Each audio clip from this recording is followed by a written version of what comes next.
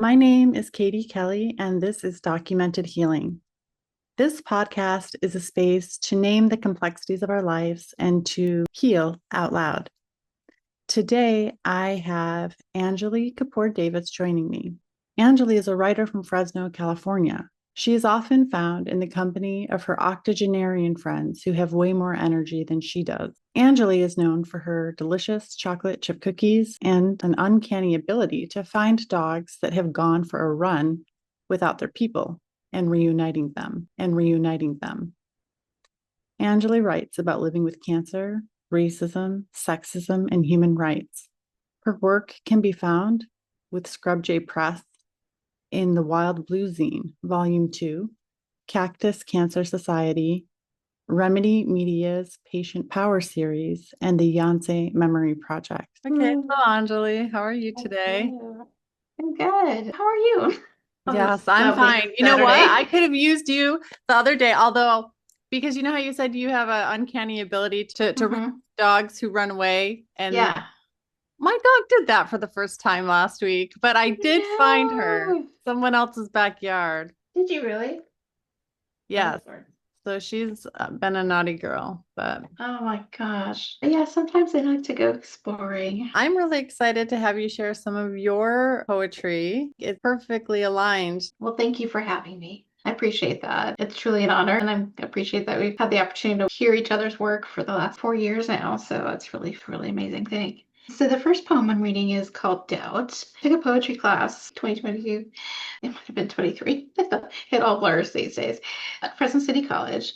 And a friend had recommended the class to me, and okay, it was just one genre that I had not allowed myself to explore because I was really inhibited by what I learned in school, all dead white guys. So, just that's who we listen to or how it's supposed to be done. The professor who taught the class was Lee Herrick. Turns out that semester he was actually appointed by the governor to be our California Poet Laureate. He is a phenomenal teacher, just encouraging, and he put up with all of my own doubt in everything. So the very first thing I thought of in our first assignment was just that doubt. And how that plays a role in anything I think you do, and especially as writers. Here's doubt. Doubt creeps in after the third class. 100 plus temps drain my 53-year-old body. Doubt seeps into my pores as I sleep. 2-hour naps still leave my body leaden and not rested. Dragging limbs into the bathroom, I glimpse a hunched figure. Doubt looks back at me in the mirror. Questions fill my head as water fills my hands. Liquid courage to awaken my spirit. I could use something stronger. Doubt waits by the door, disguised in brown eyes and fur. I could stay home in the air conditioning and pet him, he says. Without a word, isn't it enough to be a mom, a wife, a daughter, a sister? Guilt wants to join the party, but three's a crowd. Doubt leaves me parched, a bitter metallic taste in my mouth, unable to find words to quench its thirst. Doubt pools in sweat under my arms and breasts, the acrid scent assaulting my nose. Even the dog has left my side. Doubt shouts in my ears, ghostly voices of old professors thinking my kind of people can't play, sing, dance, write, create. The tears begin to form and blur my vision. Doubt keeps waiting for me to falter, but I've released it on the page, unburdened for the night. Doubt will have to wait another day. So beautiful. Thank you. It's really an act of bravery to try something new. What you articulated in that poem describes so many of the visceral and even the dog leaving your side, just feeling like alone and abandoned, and out of your comfort zone. So, Yeah. but it also touches on some of like the physical aspects of your particular body and situation, and it's very personal. And so I wondered if you wanted to share anything more about how your process was writing that. One of the things that Lee talks about in class is if there's something on your mind, lean into it and allow yourself to go there. And it may not be something that you're going to, turn in for a class assignment, or maybe something that you aren't going to request for publication, but it's there, it's lingering, lean into it. And I think that's the biggest lesson I learned out of that class, that sitting with that and going, okay, what is it that's bugging me right now? And that was it. Walking into a junior college classroom with students that are 18, 19, and lots and lots of questions as to, do I really belong here in this space? Is it okay for me to explore something different? And with regards to the ghosts of my former professors' voices that have inhabited the space between my ears too long, I think that's something that I'm still working through. I think that's something that we as people tend to carry with us. The questions, the paper that's filled with red marks, I'll remember more than some of the other things. So it's, I think, more an act of releasing that. It's like, you don't own this space anymore. So that's what I was trying to do, is just say, goodbye, good riddance. Go Well, it's haunt somebody else. very, it's very powerfully felt for me as the reader or audience here right now. And it makes me feel less alone and reassured that if I'm afraid to do something, I can embrace the doubt and still create something that helps others. You're talking about something that a lot of us feel, and a lot of us have an itch that we want to scratch, but we don't quite know how to do it, and how to get out of our comfort zone, and taking those opportunities that are just like on the peripheral that we have to move towards in order to get that itch scratched.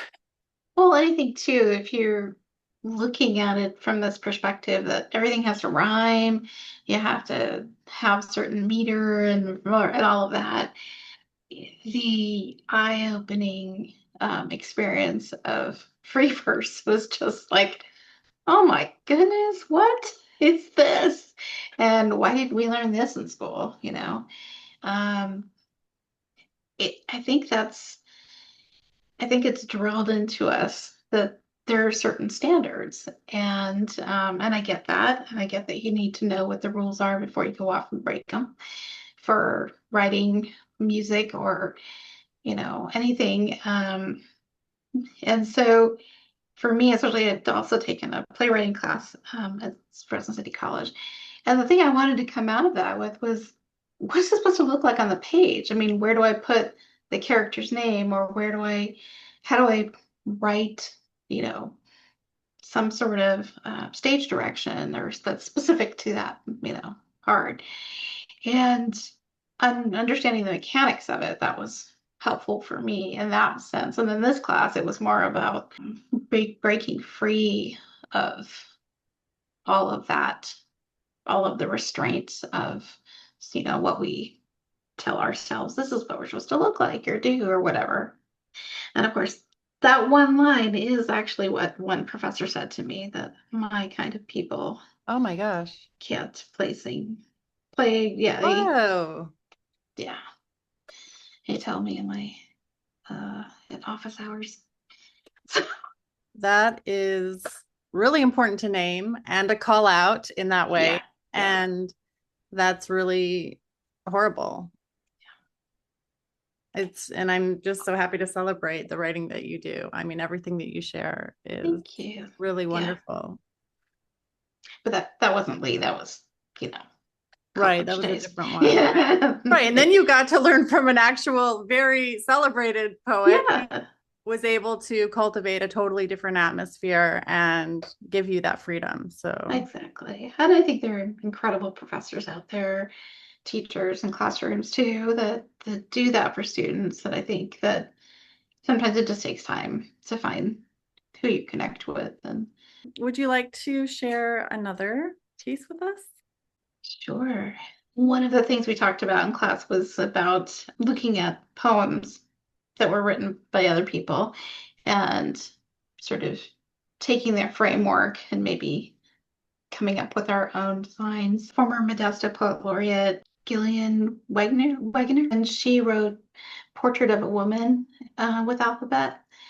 So each stanza starts with the letter of the alphabet. I chose to write Portrait of a Cancer Patient with alphabet after Gillian Waggoner. Allergic reaction. If you read her chart, you will know the 12 medications and food allergies that will kill her painfully, slowly, gasping for breath. Brachial plexus, supraclavicular mass, inoperable. She rubs in circles above it, chanting, "You're just the right size. Don't get any bigger," praying this roommate is more hospitable than the college ones. Calcium. Hypocalcemia makes appendages tingle, risking cardiovascular collapse. Cow's milk is impossible because she's lactose intolerant. Combine 2 parts baking soda and 1 part vinegar to remove calcifications from a bathtub. Diagnosis. You have the good cancer, smiled the doctor without making eye contact. Her ears heard nothing after the word was uttered, though his mouth kept moving. Noise-canceling headphones had the same effect. Emergency rooms. She arrived in a car, a van, an ambulance, depositing blood, bile, and vile shit on the wheelchair and waxed floor, leaving a trail of red and brown breadcrumbs for her husband to follow. Fatigue. She thought having a baby, a toddler, a teenager was exhausting. Leaden limbs languishing on a heap on the cream shag carpet. Did Sleeping Beauty have hypothyroidism? Maleficent has nothing on hypohel. Genes. BRAF. The mutation in her genes. The start of an alphabet soup of acronyms she must master. Does this mean Professor X will be calling soon? And what superpowers come with it? Horner syndrome. Was it a stroke? The drooping eyebrow, eyelid, cheek in the mirror was not there before. A constricted pupil remains years later, drooping lid hidden behind dark rimmed glasses. The half smile tells only half her story. Imaging. Scanxiety builds as her next CT approaches. It's not a donut, no matter what they say. It's not the radiology results. It's the machine itself. Getting trapped once was enough trauma. Krispy Kreme has a better variety than GE. Jugular. Go for the papillary thyroid carcinoma listened and obeyed, devouring everything in its path. She could never do cartwheels and handstands anyways. She'd black out now if she tried. Kubler-Ross. On Death and Dying sat on her parents' bookshelf, a social worker's guiding script. Reading about it doesn't always prepare you to go through these life lessons. The to-be-read pile is filled with Agatha's best. Is a fictional death better than the real one? Lungs. Filled with air, filled with secondhand smoke, filled with polka dots. Wheezing like an out-of-tune accordion with trident spearmint gum stuck between its bellows. Smoke never did say in its own section on airplanes and restaurants. Medication. Oval, round, amber-hued, white, two-toned, horse-sized. She knows her pills intimately. Lavoxyl, calcium, calcitriol, Prilosec, gabapentin, Tylenol, Imodium, albuterol, ibuprofen, Tyco, Norco, Z-Pak, morphine, Narcan, and the one to end it all. Needles. Her veins sense their presence and dive into her fleshy folds to avoid being stabbed again. Why do they call it a butterfly needle? She is not a human pincushion. Butterflies flit across the yard, feasting on nectar in the garden. On hold music. Have patience, dear cancer patients. This is your life now. Opus number 1 by Carlton and Deal is burned in her synapses after an hour of waiting. A music major should not be subjected to this kind of torture. Pain. She thought labor was a 10 and she was wrong. Writhing in agony with cervical radiculopathy. The tumor is touching the nerve. The one time she wished she wasn't pro-gun control. Quarantine. She swallowed the yellow and black pill with a radiation symbol on it. A week of isolation left with her thoughts, People magazine, and sour candies to suck. Who knew Imagine Dragons would write this radioactive girl a theme song? Rest. Inhale, exhale. Inhale, exhale. In 4-count segments. She sinks into the hunter green flannel sheets and lets Cannon carry her burden. A symbol on the staff, whose importance is dismissed by sopranos seeking only to be heard. Surgeries. Thyroidectomy, radical left neck dissection, radical right neck dissection. Her first of 5 that eviscerated her career as a singer, fueling her search for a new voice. At least fish are dead before they are gutted. Tears. Tears. They failed to form when the C word was first uttered, but nearly drowned her in the doctor's parking lot. Crying helps to remove stress hormones and toxins from the body. Ultrasound. She lays on her back, neck hyperextended for better access. Warm aquasonic gel rubbed into her skin, with the wand seeking the miscreants. The lights are dimmed. The warm blanket is comforting.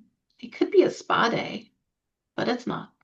Vocal cords. Christine Daae, the queen of the night. She kept good company with coloraturas, never knowing if humming Brahms' lullaby to her baby boy would be her last aria. Resembling constricted rubber bands, failing to resonate, making her son a Heimlich expert. Waiting on the phone, in the office, in the exam room, in line at the pharmacy, the ER, the hospital bed. All those trips to Disneyland prepared her well. Xerostomia. She never leaves home without a water bottle, but it doesn't really help. Salivary gland damage from radioactive iodine left her teeth cracked, broken, and crumbling too. Oren Scrivello-sized nightmares every 6 months, without Audrey 2 for backup. Years. The oncologist said she would be dead in 5 years.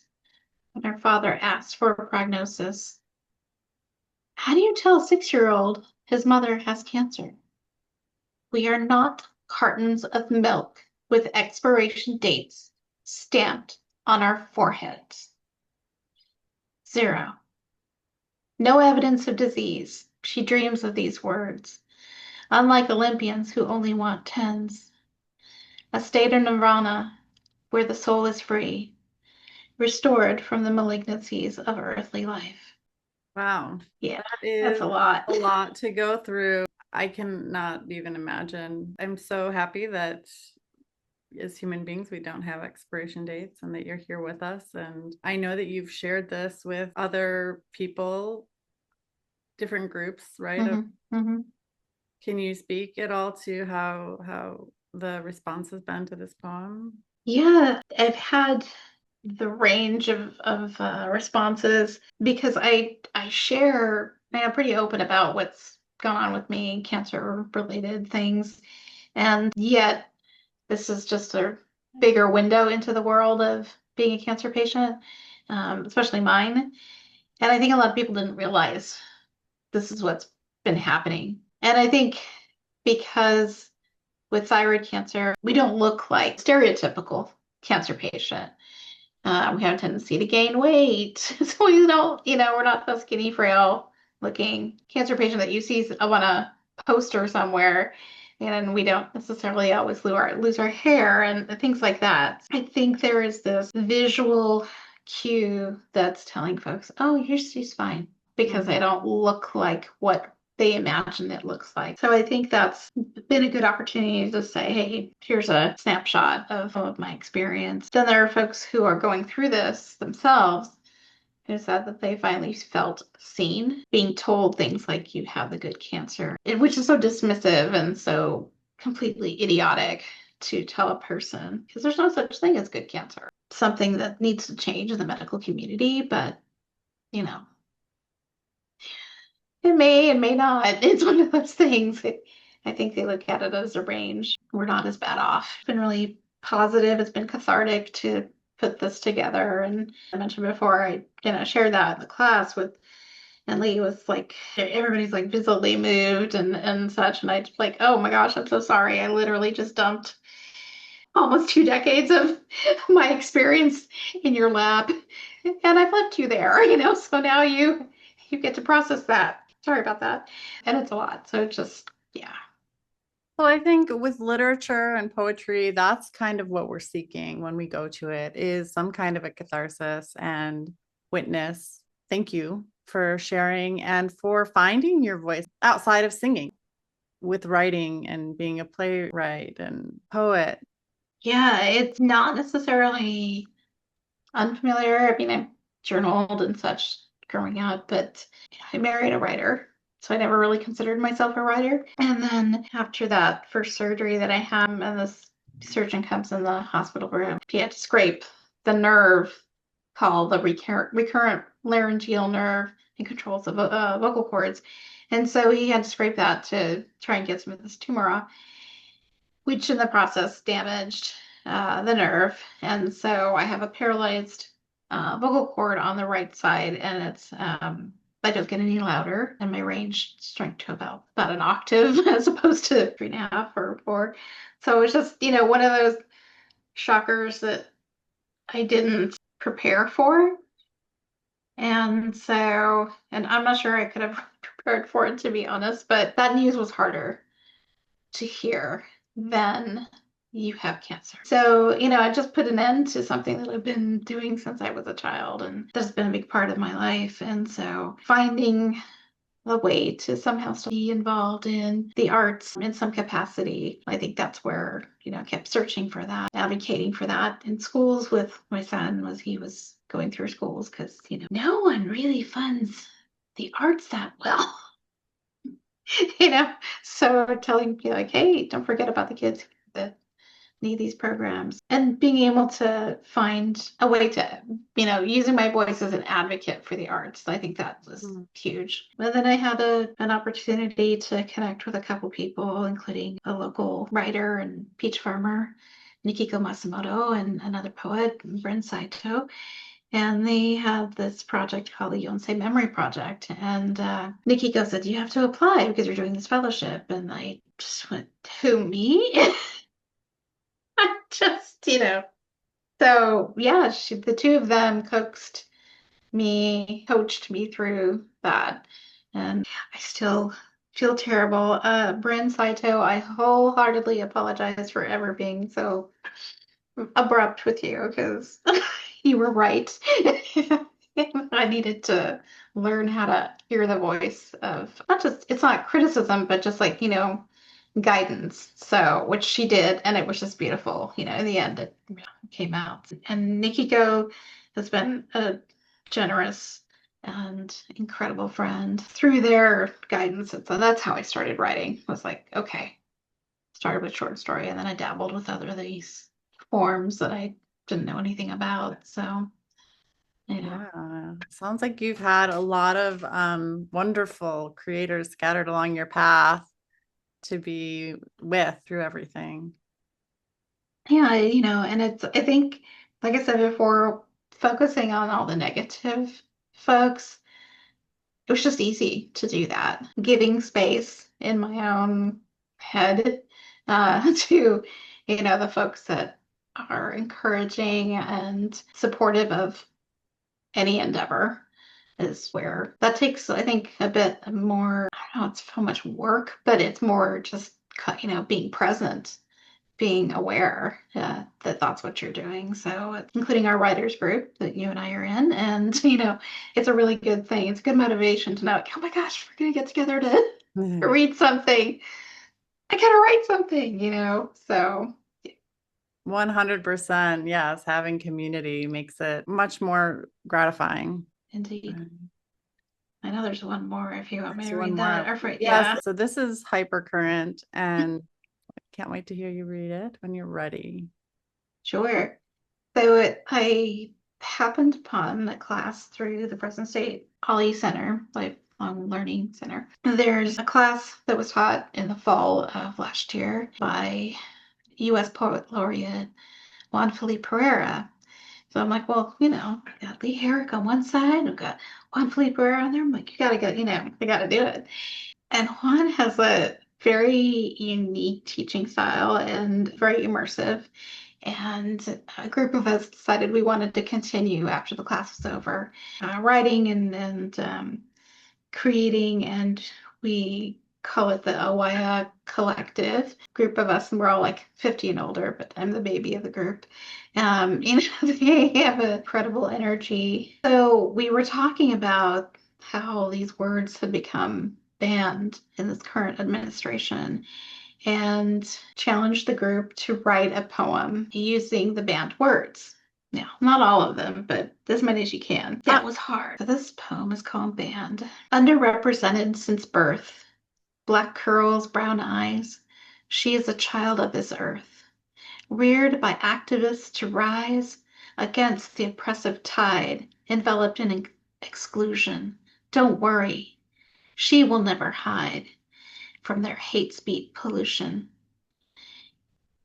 Diversity, equality, and inclusion foster communities of hope amongst more than key populations, currently marginalized and trying to cope. The occupier uses a pen instead of a rope for his modern day lynching, a horrifying, destructive scope. Birthed in fear, lies, and scheming, none will ever stop her dreaming. A world that fosters community where we no longer search for belonging, only outstretching our arms in unity. Wouldn't you rather end the insanity? But perhaps you prefer your bias. It seems you have lost your humanity. Thinking girls should obey and be pious, shouting from your tainted dais, her body is not her own, but she smiles and dares you to try us. She will not give up and lay down. She will not bow to any crown. You cannot destroy her self-worth. She's a woman, not a victim to drown.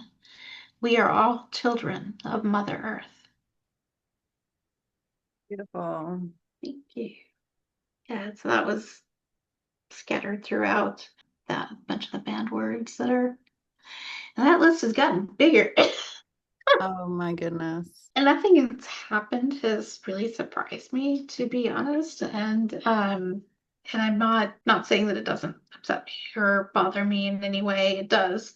But I think that feeding and fueling, giving our energy to folks, and it doesn't have to necessarily be politicians. It could be anybody, right? You give the bully the attention, and they thrive off of it.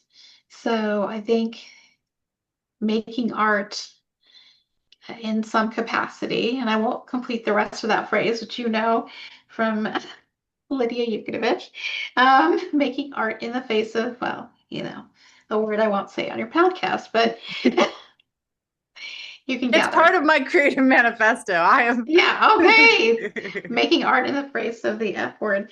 I will just say, leave it at that. I think that's something beautiful about that, to really dig in, lean in, again, as Lee said, to what's going on. What's on your mind, whether it's writing a letter to a congressional representative or to a teacher that was, your fourth grade teacher that changed your life, which actually I just did that too in a class.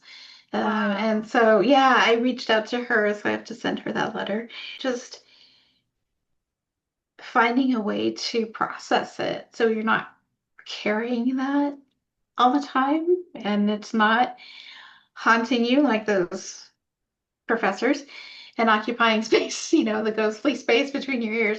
And I'm not always great at it. I can do it at times, and sometimes it's just, okay, this is too much. Situations when we are somewhat powerless, it does give us a sense of sovereignty to create, at least with our voice, and a certain amount of acceptance of what is can only help us to navigate in a way that is true to what's happening. And it's easy to be in denial. I think denial is very powerful, and we have to dip in and out of it at times.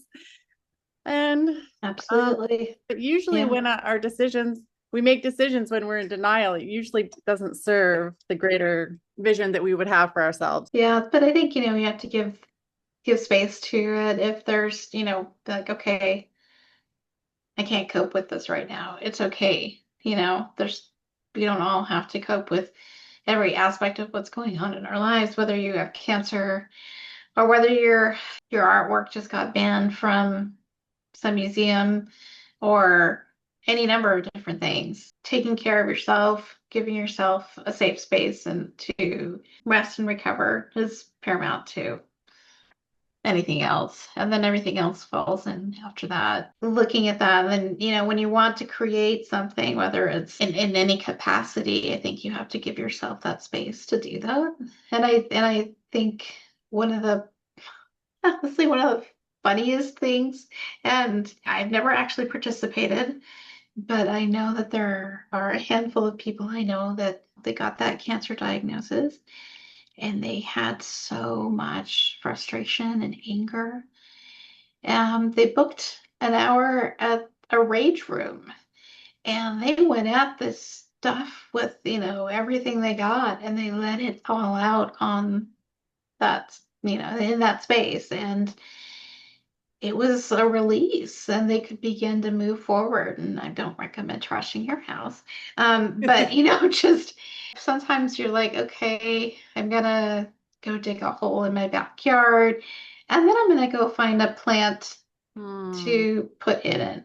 What can I grow and create from that space? But at first, I'm digging through and hard pan and I'm just getting through my own frustrations. So that's okay too.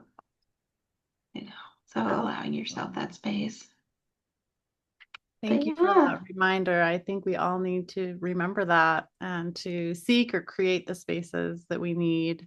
Thank you thank you. for Appreciate it. being here. Yeah, I appreciate it. Well, We could go on and on, but I think we I should take a break. know. We should take a break. Rest your vocal cords I and appreciate that. keep your poems close to our hearts. So thank you so much. Thank you. Please take care. We'll see you soon. Okay. Yes. Take care. Bye bye. Bye.